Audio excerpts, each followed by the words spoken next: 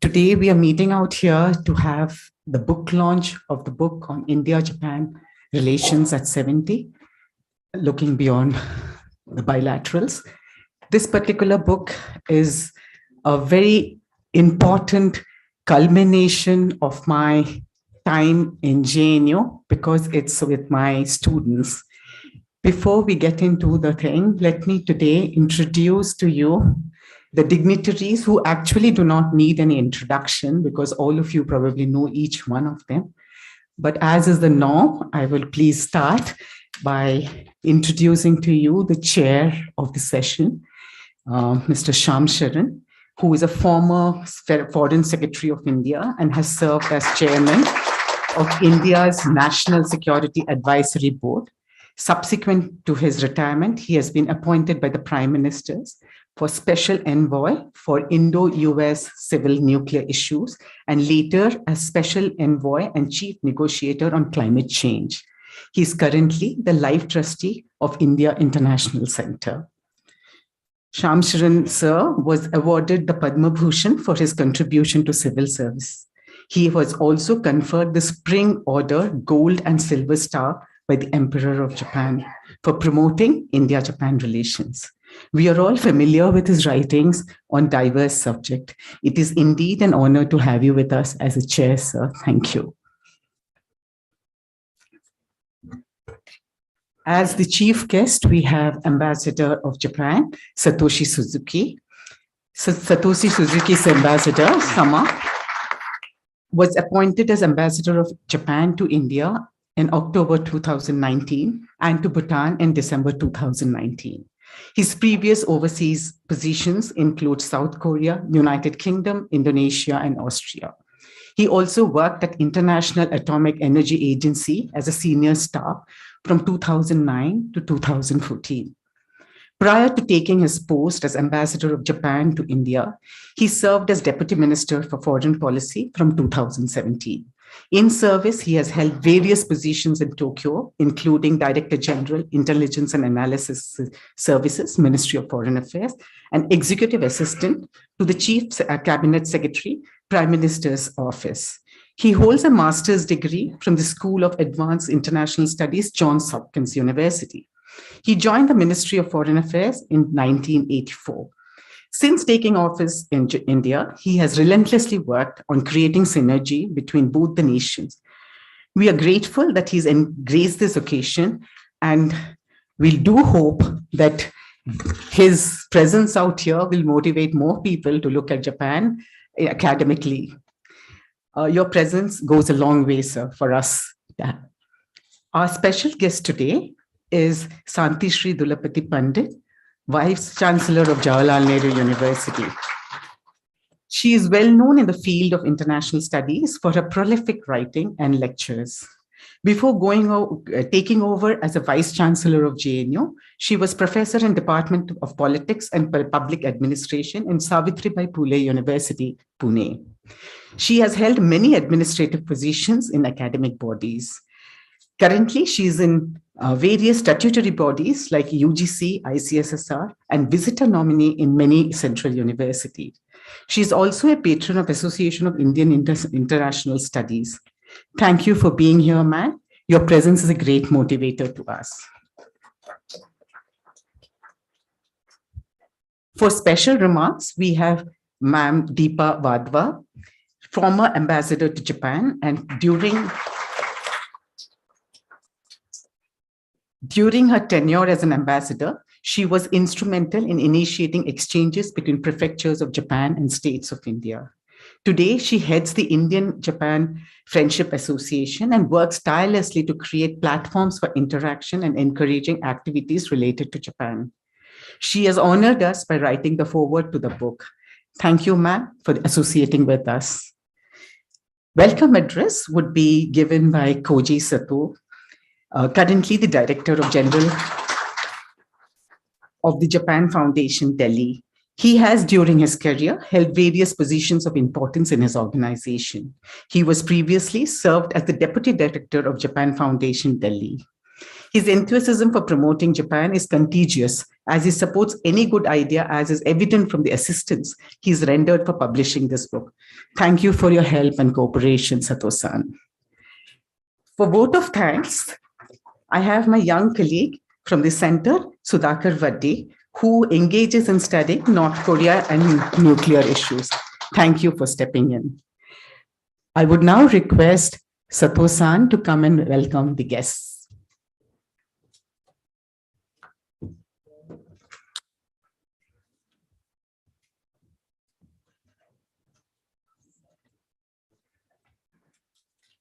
Thank you, Srabani sensei. His Excellency, Mr. Satoshi Suzuki, Ambassador of Japan, Professor Santishree Pandit ji, Vice Chancellor, Jawaharlal Nehru University, Shri Shyam Saran ji, former Foreign Secretary and Life Trustee, IIC, Srimati Deepa Gopalan Wadhwa ji, former Ambassador to Japan, Professor Srabani Roychoudhury ji, Center for East Asian Studies, SIS, JNU, students, dignitaries, ladies and gentlemen, and pre-adults. It's my immense pleasure to welcome all of you for joining us to celebrate the book launch of India-Japan at 70, Building Beyond the Bilateral.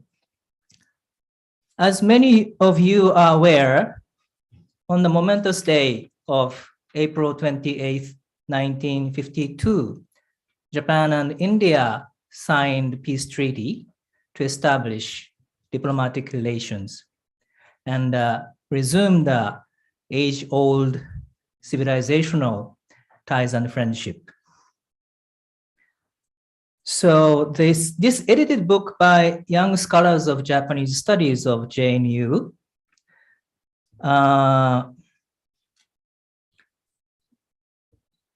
is to commensurate the 70 years of India-Japan relations is indeed commendable. And it is a great honor and pleasure for the Japan Foundation to have extended support for its publication. So I am therefore very much keen to read this book to learn how these young scholars look at the relations, Japan-India relations, past, present, and future, as they are the ones who hold torch for the future. Once again, welcoming all of you to this event and wishing you a wonderful evening. Now, I would like to request Shri Shyam Saran ji, the chair, to kindly conduct the proceedings. Thank you very much. Dhanyavad.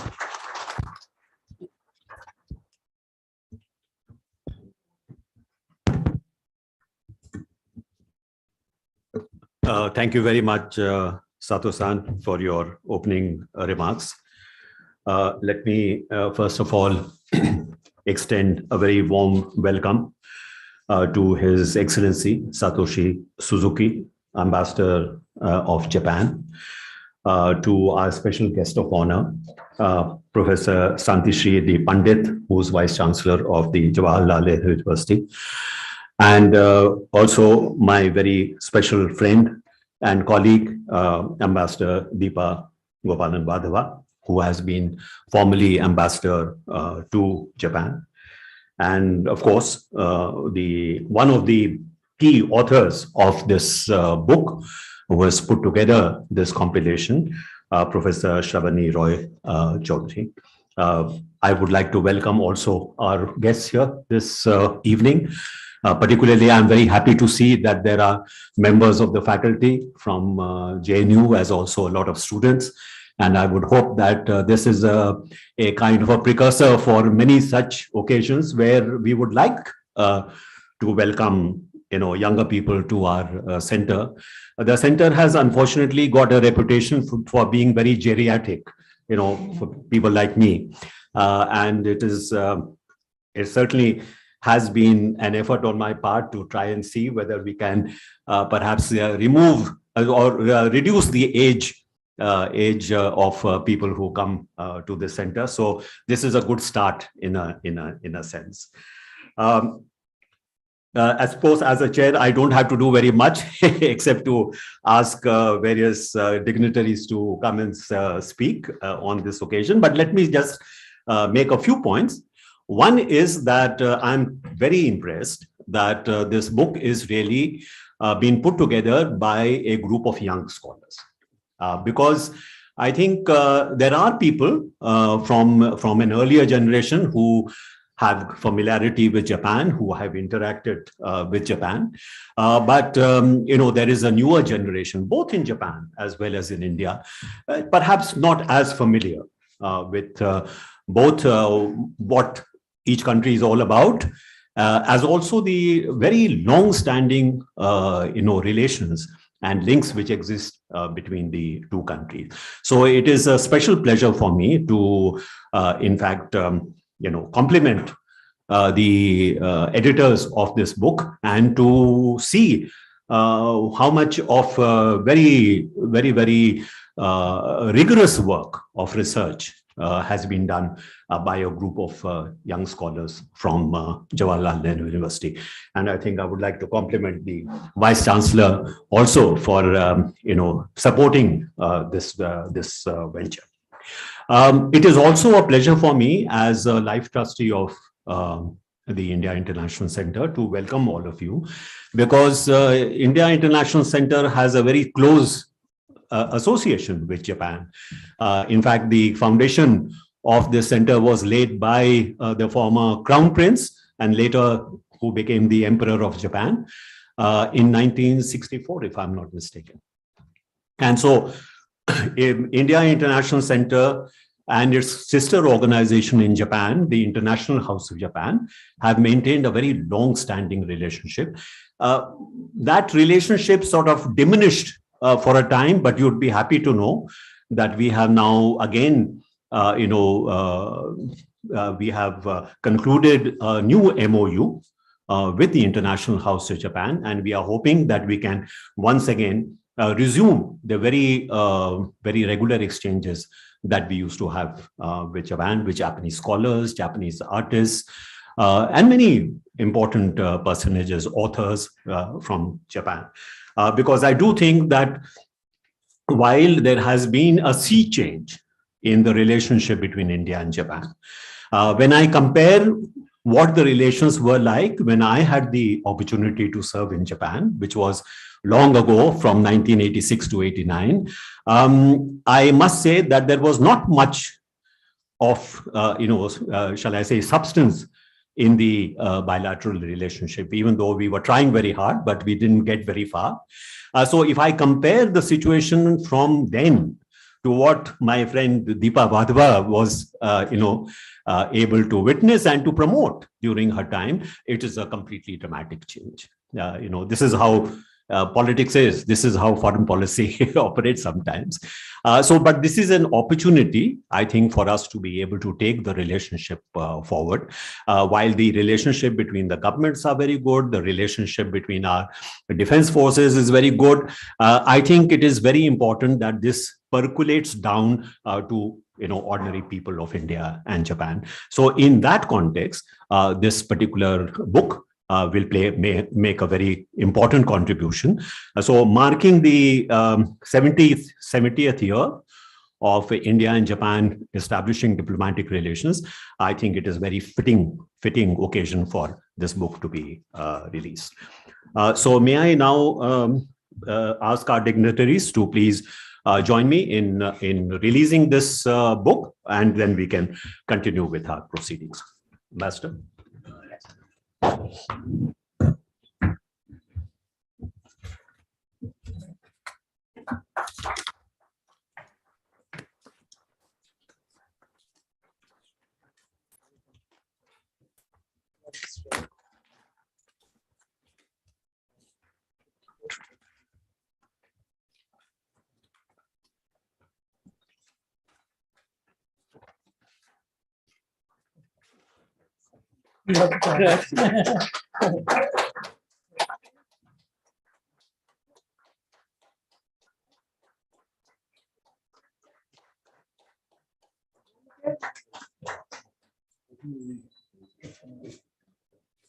Okay. Thank you.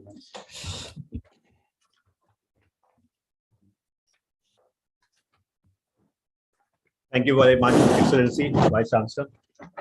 I have now great pleasure is in inviting our chief guest for the evening, His Excellency Mr. Satoshi Suzuki, Ambassador of Japan, to kindly deliver his address. Ambassador, you have the floor. His Excellency Mr. Shyam Saran, Her Excellency Ms. Deepa Gopalan Wadhwa, Professor Santishree Dhulipudi Pandit, Dr. Srabani Roychoudhury, Mr. Koji Sato, distinguished participants, guests, ladies and gentlemen, namaskar and good evening. I'm very delighted to join this book launch of India-Japan Relations at 70, Building Beyond the Bilateral, edited by Professor Roychoudhury, Dr. Sahana, Thankachan, and Ms. Parul Bakshi. It's truly significant that Professor Roychoudhury, along with 10 young scholars of Japanese studies, published these outstanding works of research on India-Japan relations at the time when we are celebrating the 70th anniversary of the establishment of our diplomatic relations, as just Ambassador Shyam Saran mentioned. Let me express big congratulations to you all. The Center for East Asia Studies, JNU, is the leading department that has contributed to outstanding academic researches on Japan and other East Asian countries. The Japanese division of the center has produced innumerable eminent scholars who are making significant contribution to deepening India-Japan relations today. It's truly encouraging to see that senior professors are nurturing and guiding this young generation of scholars with excellent talent and intellectual capacity, while preparing them for a pivotal role of promoting academic exchanges between Japan and India in the coming decades. Last month, we have witnessed the very successful official visit of Prime Minister Kishida of Japan to India.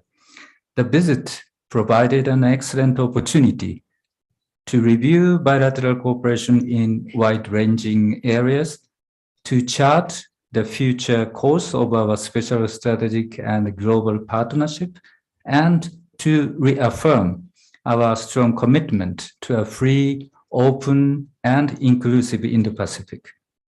As Professor Roychoudhury emphasizes in this book, our long-lasting relationship needs to explore new frontiers to promote bilateral and plurilateral partnerships in the Indo-Pacific region, including COVID vaccines, critical and emerging technologies, climate changes, infrastructure coordination, cybersecurity, outer space, education, and so forth.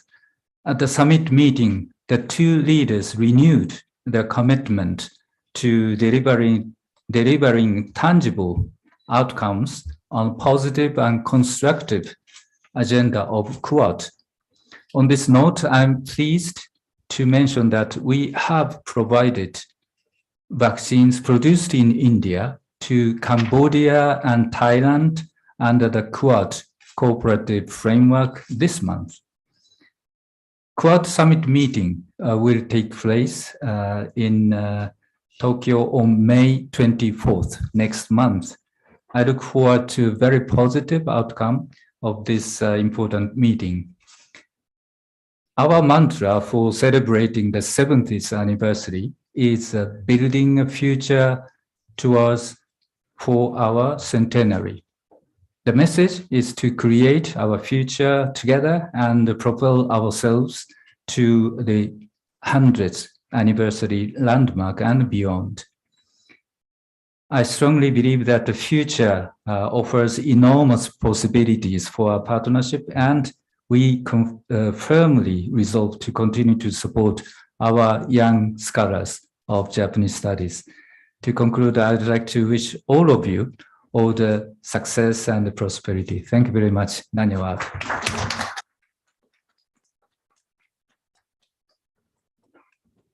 Excellency, thank you very much for your kind remarks and also for your words of encouragement. And we are very happy to note that in our future endeavors of this nature, we will have the support of both Japan Foundation as well as of the Embassy of Japan.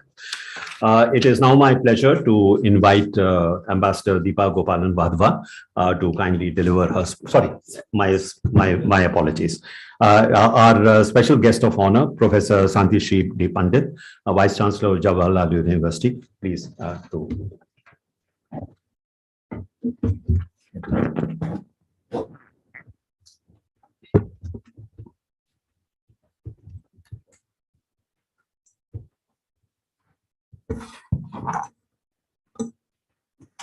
Respected His Excellency, Mr. Satoshi Suzuki, the Ambassador of Japan in India, Mr. Shyam Saran, former Foreign Secretary and Life Member Trustee of IIC, Ms. Deepa Gopalan Wadhwa, former Ambassador to Japan, and Koji Sato, the Japan Foundation in charge in Delhi, and Srabani Roychoudhury, dear faculty, friends, and ladies and gentlemen. I know Mr. Shyam Saran is partial to the diplomatic service than to the academics.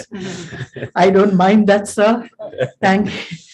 Let me at the outset congratulate Srabani and her team, especially of young scholars, in proving once again that the Jawaharlal Nehru University is known for research and academic activities.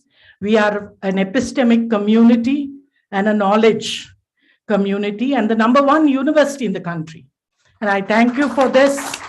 And I think we want more such scholars to write. And I'm so happy that we have produced a great line of scholars in the center. I'm myself a student of the School of International Studies.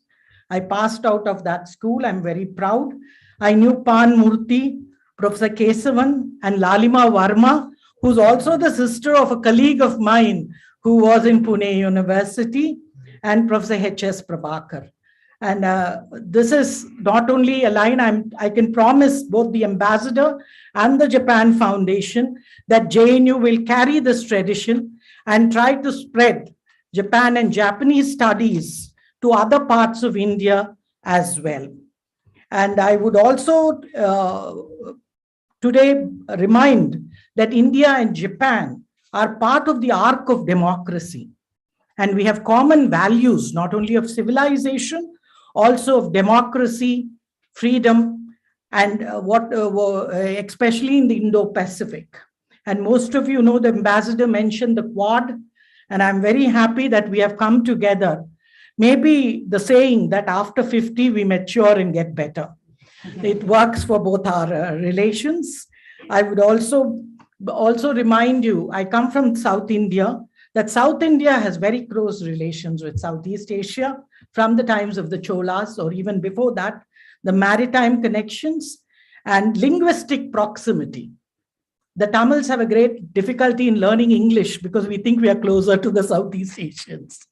So once again, I would like to congratulate these young scholars. And Srabani, thank you so much for bringing out this book. And I think we will do more in the Center for Japanese Studies. And Japan today is a very important partner for India. And I would request the Japan Foundation to increase their cooperation and collaboration towards the Jawaharlal Nehru University even further, so that we will be able to do better work and also digitally be able to make the knowledge available at JNU, where we teach 23 foreign languages, the only university in the country to do that. So we can also use this to digitally help other centers of knowledge within the country as well as in other parts. Thank you once again. And I thank IIC and Ambassador Shyam Saran for giving me this opportunity today. Thank you. Namaskar.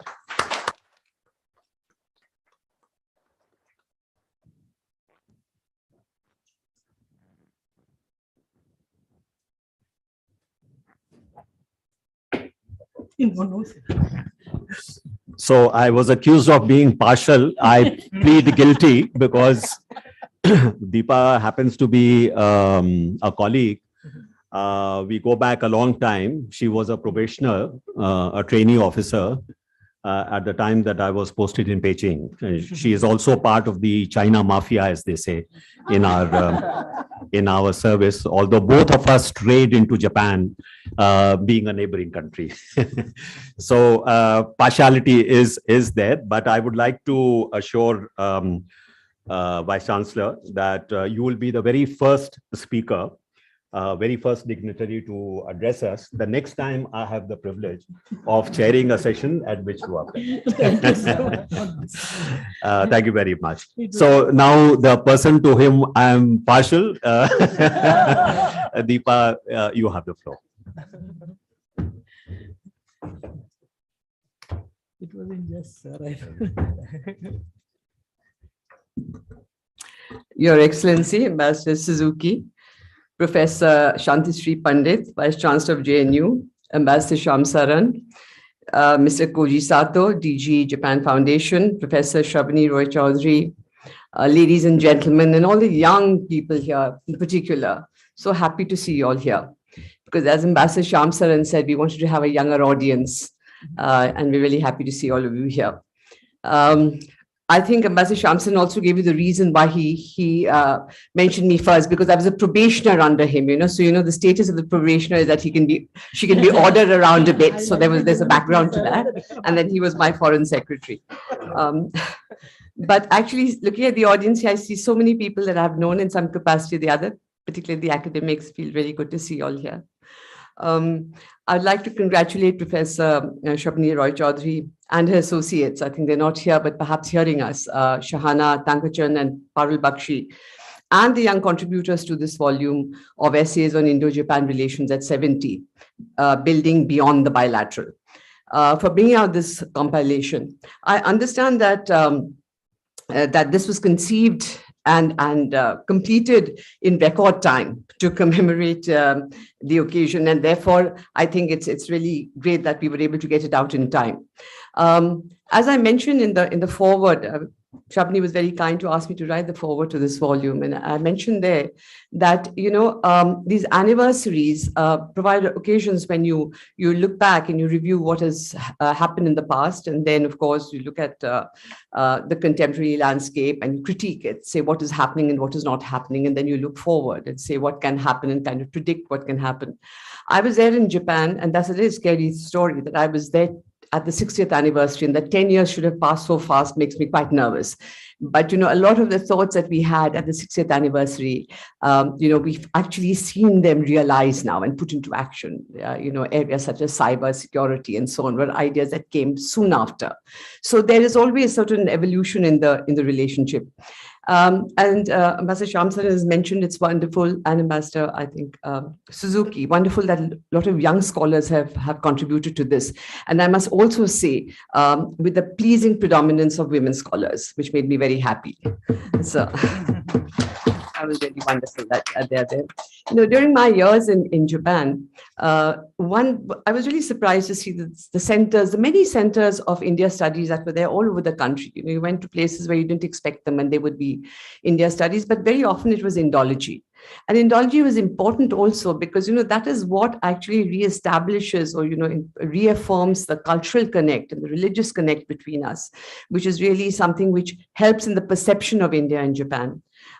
In Japan, when you say on India, normally people are very pleased and they sort of are happy with that association. I think that's important. But there are a lot of young scholars now who are, you know, looking at contemporary issues, various things, the politics of India, which I don't really envy them. It must be very complicated to do that, but also bilateral relations. And so I think it's important that in India, we actually have more studies on Japan. We all know that when you look at East Asia, China perhaps takes most of the space, but I think more and more, because of the important relationship that we have with Japan, I think it's important that we should be looking at this, looking at Japan-India relations more. So, with the books, the articles kind of that I saw, the essays, they review the history briefly, and then a lot of them delineate the progress that have been made in different areas and talk about how we reach this special, relationship that we have, this special strategic and global partnership that there is. This process, this process had many highs and lows. We started off very well, and we're talking today on the 29th of April. And as we were just reminded that the 28th of April is when 1952, when we actually signed this. So I think we're all very close to the date. Srabani and I were hoping that it would have been the 28th, but we sort of missed it by a day. There've been highs and lows. The first 10 years were just wonderful years. And, that's very important for India because that's when they started ODA in 1958. Gentlemen, I think he and I had a conversation on the date it started the other day. But it was 1958. And that continues to be not only a very important pillar of our relationship, but really important for India's economic transformation. And continues to be. So I think that was started in that period. And then there were about 4 decades of, I would say, kind of benign indifference to each other, nothing much happening. And then there was really a trough in 1998 with our tests. But the transformation thereafter in 2 years was just amazing, what happened. The whole relationship transformed. And then we had, Prime Minister Modi came. There were a lot of personalities involved with this. Prime Minister Modi, Prime Minister Koizumi, Prime Minister Abe, who I think is a very great favorite with Indians, their contribution to this relationship. And on our side, Prime Minister Vajpayee, Prime Minister Manmohan Singh, and Prime Minister Modi. And I think in saying this, I'm also giving another message in the sense that, there is bipartisan support to this relationship on both sides. And therefore, that is a great strength of the relationship. This book looks at different, has essays on different aspects of the relationship, political, defense, soft power. But I think the most interesting part of it is that it looks ahead. And what we have in the relationship is kind of a superstructure. With right at the top, you have prime ministerial summits annually. And we just have, Ambassador just spoke about Prime Minister Kishida coming to India. It was his first trip outside, and it was to India to keep up the momentum of our annual summits, which had been sort of a little, I think, affected by the pandemic. So this we have dialogues on almost everything that you can think under the sun. And what is wonderful about this relationship that we keep adding to it. There's a dynamism to it and the flexibility. So we keep adding things which are important. And that is why I think this book also has been very interesting because it looks not only at the traditional issues that we all know about, where there are already dialogue mechanisms that are there, but also looks at where we go from here in these new areas, cyberspace, outer space, a lot to do with the technologies and the other sort of disruptors that are there, climate change. And I think these are areas where we need to work together and we have to work together as we go ahead. So I'm really very grateful for this very timely this publication. Happy to be associated with it, and I would like to thank also the Japan Foundation, the Japanese Embassy for their support, and to Srabani for the wonderful work done. Thank you very much.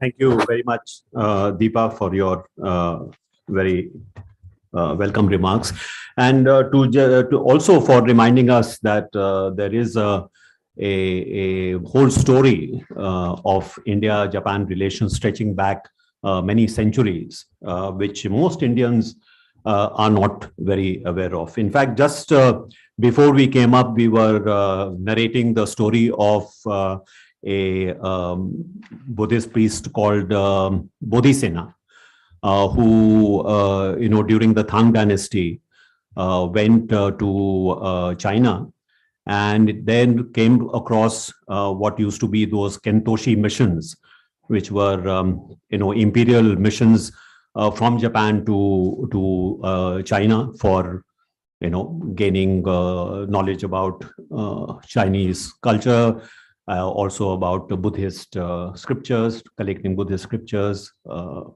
And this Kentoshi mission came across Bodhisena. And Bodhisena then traveled along with this mission.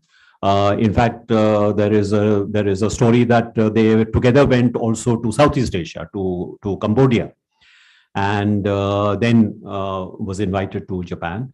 And the consecration of the Daibutsu in Nara, the great Buddha in Nara, was actually done by Bodhisena. But the more interesting part of the story now comes that when I was in Tokyo, every year there used to be a performance of the Gugaku, right? Gagaku, okay, which is the old, sort of palace music, which a special orchestra used to perform every year. And this was done only once a year and based on some very ancient scores, which were still available. And my ambassador was Mr. Madhavan and his wife, Girija. Both of them were very passionate about classical Indian music, particularly Carnatic Indian music. And it was such a fascinating experience that when this music started playing, this Gokaku, right? Then he started humming the same tune, and said, this is, I forget the name of the rag. He said, this is the Carnatic rag that is being played. So you can see the kind of connections between the two countries. So there are amazing stories like this of these ancient connections between the two countries. So it is also a story that is worth telling. And I would hope, Srabani, that next time you perhaps get a group of young scholars together to also tell that story. It would be very fascinating for all of us. So that brings me to invite Srabani Roychoudhury, who along with Sahana, Thankachan, Parul, Bakshi has put together this absolutely wonderful volume. You have the floor. Thank you, sir. Even before I launched this book, you put me into a fix by telling me what to do next. So that's going to be the next challenge. And I'm sure my family is not going to like it.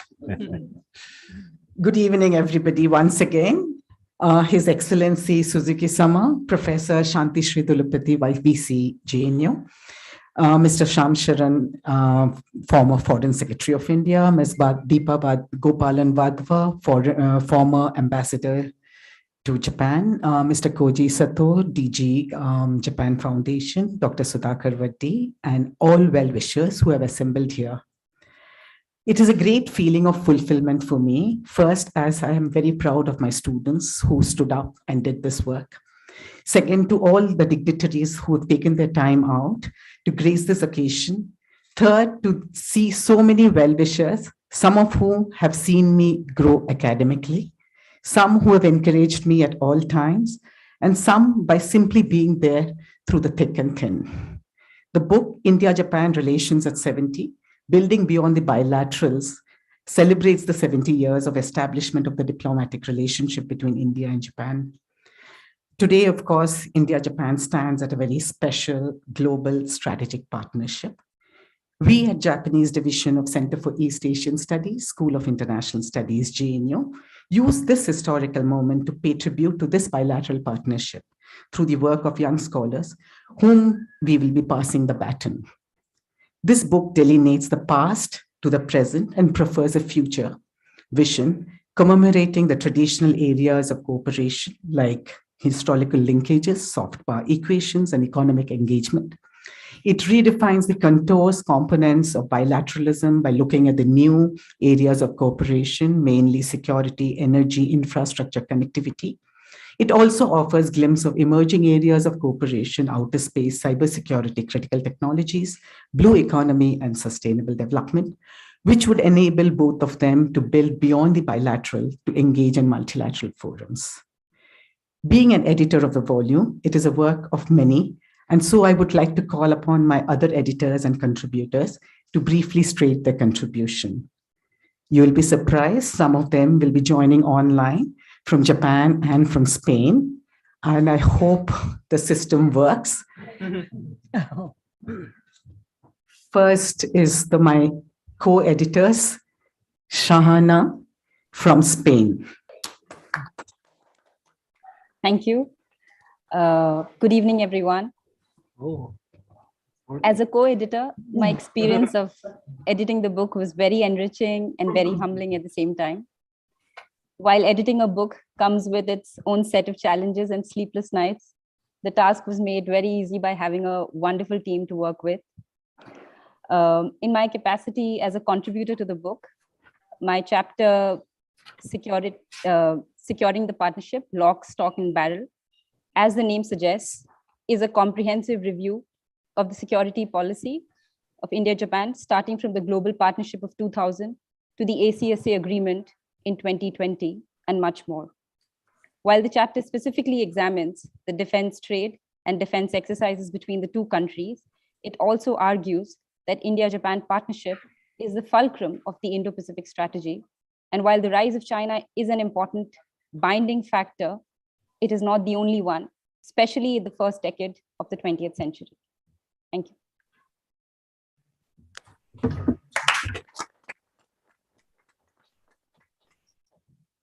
Parul, she joins from Japan. Hi. Good evening. A very warm welcome to all present. From what began as an idea or the virtual Zoom call during the pandemic has today fructified into this book launch event. I'm Parul Bakshi, and as a co-editor, it has been an extensive learning experience with coordinating meetings spanning different time zones, Spain, Japan, and India, intense discussions on content and research, to everyone together stepping up to the challenge we took upon. All of it has culminated into the book, which we are so happy and excited to share with everyone. I've also contributed a chapter to the book, Energizing the Cooperation, Renewable Energy Transitions in the Power Sector. As the title suggests, it focuses on the ongoing energy transitions towards renewable sources in India and Japan. It looks into the opportunities and challenges both nations face as a result of such a transition. I have restricted my focus to the electricity sector, which is a critical carbon emitting sector, and looked into the progress as well as the untapped potential within the spheres of technological, financial, and policy cooperation. I hope the chapter will be able to add to the growing discourse on the need for continued cooperation between strong allies like India and Japan in meeting their respective climate ambitions. Thank you so much.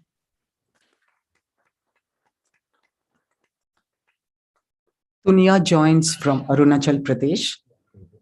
Good evening, everyone. My name is Nabam Tunya, and the title of my chapter is Securing the Seas, Assessing the Evolving Maritime Cooperation. The chapter looks into the developing strategic partnership between India and Japan in the maritime domain, within which it analyzes development in the defense trade, the need to develop interoperability through bilateral and multilateral naval exercises. Furthermore, the chapter also delves into the shared vision for an open and free Indo-Pacific, and within the context, the Indian Ocean region and the South China Sea has been identified as the most crucial theater. The final aspect of the chapter looks into plausible ways of cooperation, highlighting on the need for enhancing ODA in the maritime sector and the need to enhance trilateral cooperation with the littoral states. Thank you very much. Swati from Japan. Yeah, good evening, everybody. I'm Swati Arora, and my chapter primarily deals with the economic engagement between India and Japan. So primarily, I've looked into two interrelated dimensions of evolving bilateral relation, which is first how India and Japan have framed their economic alliance, focusing on CEPA, and later considers the prospects and challenges post the pandemic.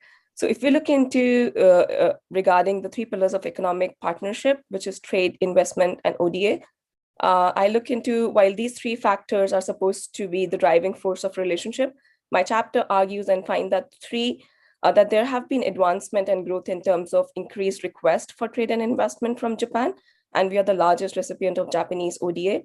However, I conclude that these policies have had no strong impact at the ground level. Thank you so much. Chandrali again from Japan. Good evening, everybody.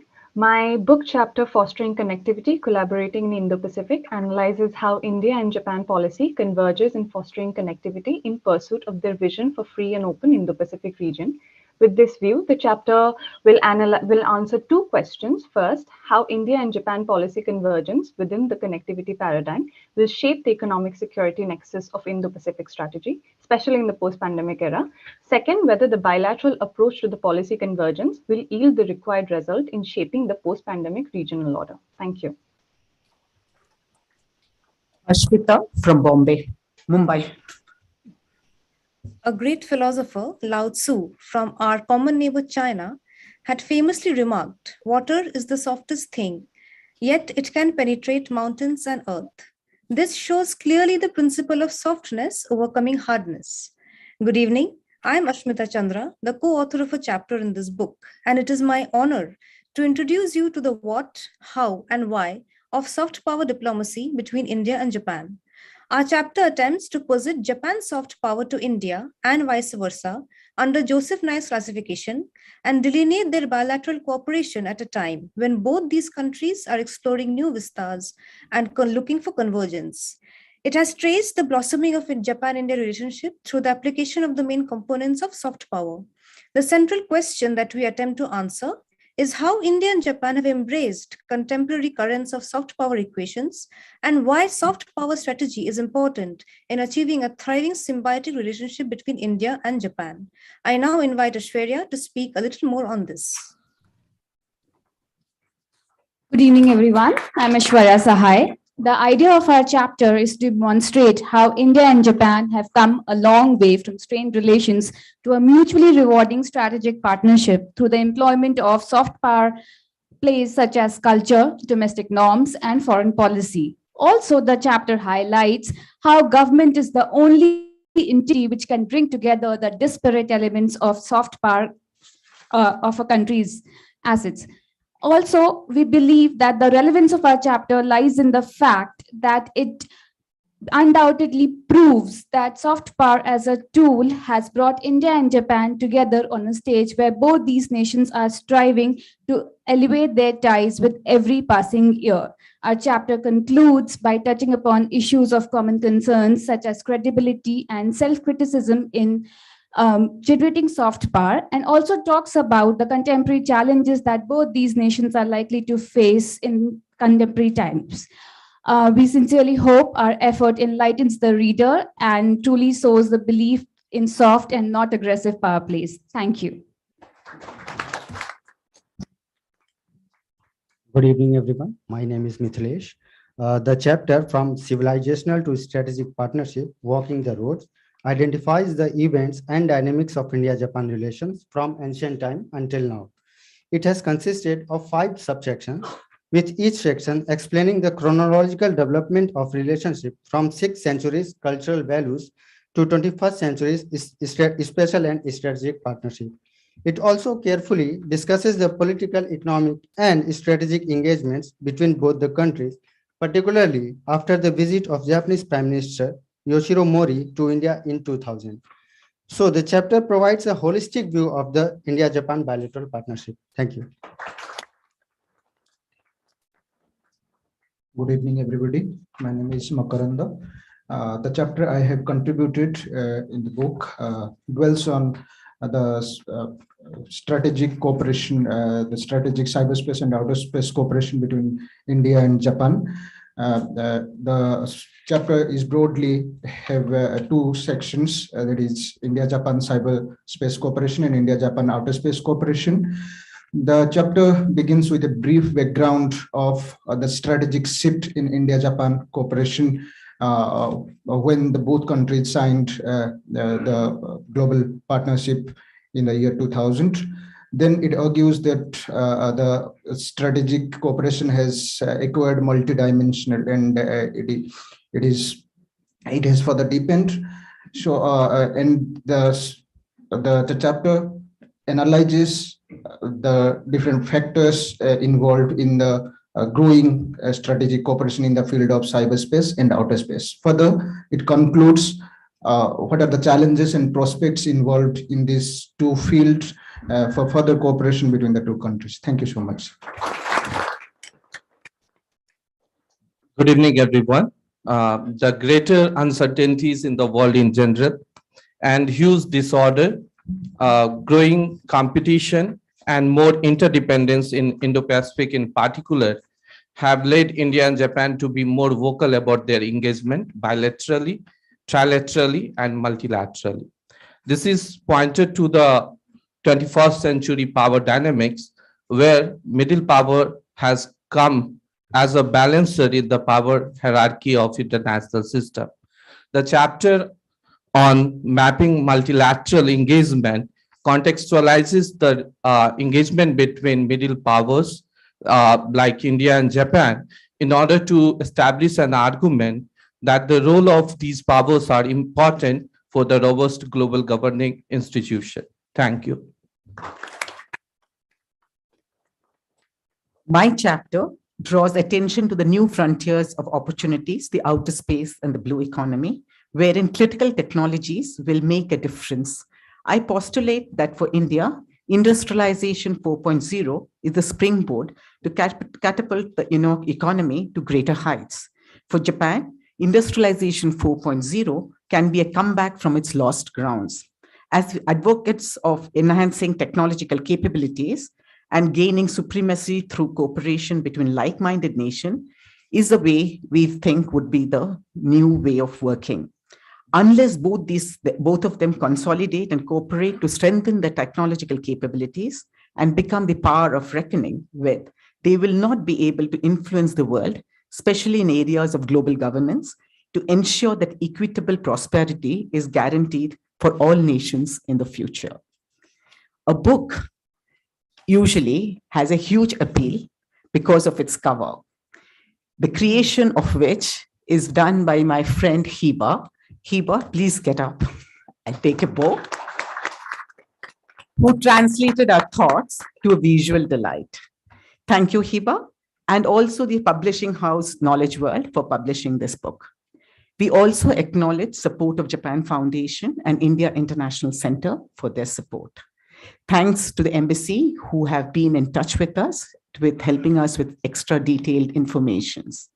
Thanks is also due to the alumnus Titli Basu and Shamshad Khan for their critical comments of the manuscript, and Devinder Sahu for their technical support. Ishan for helping with e-invites and all types of presentations that has been put across during this time. Ever grateful to Deepa ma'am for her support with this event. It is thus with pride as well as humility that I present this book, which has been dedicated to the past Japanologist of Center for East Asian Studies, Professor P.A. Narasimhamurthy, Professor K.V. Kesavan, Professor Lalima ma'am, Verma ma'am, and Professor H.S. Prabhakar. Lalima ma'am, please accept this book from our center. Thank you, dignitaries on the dais, as well as well-wishers for making this moment a very memorable moment for me. Thank you so much. I would now request Sudhakar to begin.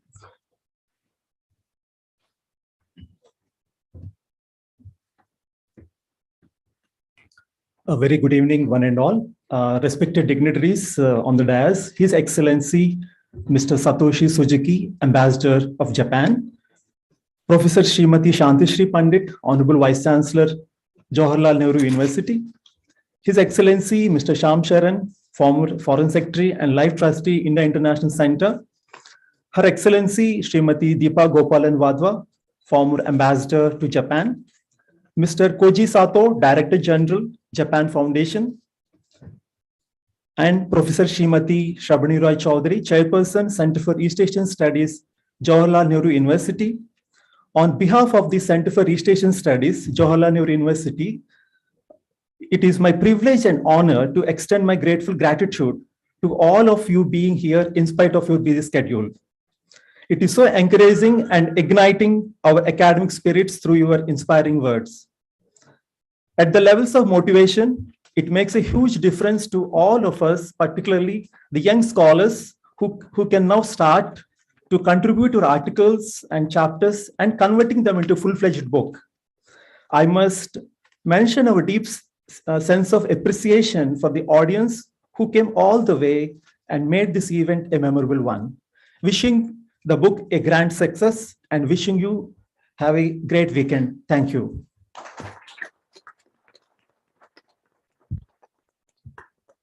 With that vote of thanks, may I now conclude this session and add my words of thanks to all the dignitaries present on the dais, as also all our very distinguished guests who are present this evening. Thank you very much.